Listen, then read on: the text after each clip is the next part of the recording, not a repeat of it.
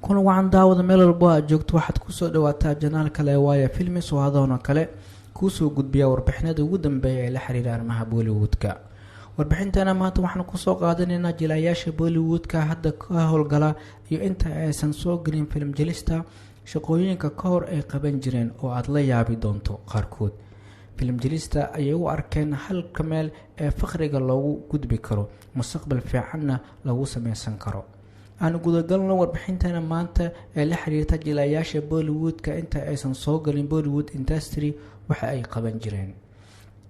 qofka koowaad waran fiirsin inuu yahay qof hal abuur leh Bollywoodkana loogu jeero wiilka tamarta u saaxiibka ah wuxuu shaqadiisa hore ay ahayd mid ka shaqeeya photocopy.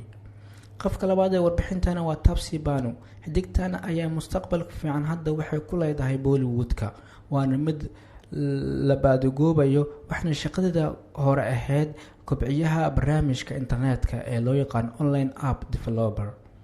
qofka saddexaad waa Randeep Hooda waa mid ka mid ah halgamaaga ugu weyn ee Bollywoodka wuxuu shaqadiisa hore ahayd waiter iyo mid gawaarida dhaqa si uu noloshiisa ugu meel mariyo. qofka afraad liiskan waa Nawazuddin Siddiqui waa midka ugu xirfadda sareeya ee Bollywoodka wuxuuna ka soo shaqeeyay farmashiyaha Vadodara muddo sanado ah.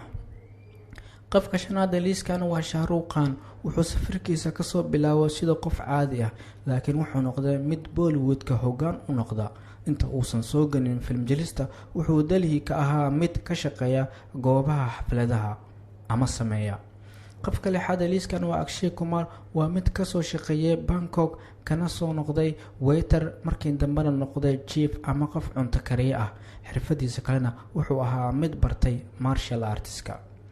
qofka toddobaad liiskan waa John Abraham wuxuu xirfadiisa ka soo bilaabay modelka ku darso waana mid ka mid ah xidigaha ugu aqoonta badan ee Bollywoodka. qofka sideedaad ee warbixintana waa Amitabh Bachchan inta uusan soo galin Bollywoodka wuxuu ka soo shaqeeyay goobo badan waxaana laga soo ceeriyay dhammaanba raadiyaasha India sababo la xiriira codkiisa.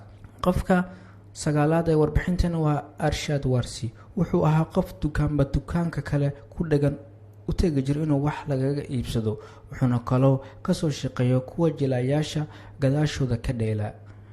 qofka ugu dambeeya waa Boman Irani wuxuu ahaa mid hagaajiya qolalka iyo mid waiter ka ahaa Mumbai waana mid ka mid ah xidigada ugu fiican ee Bollywoodka.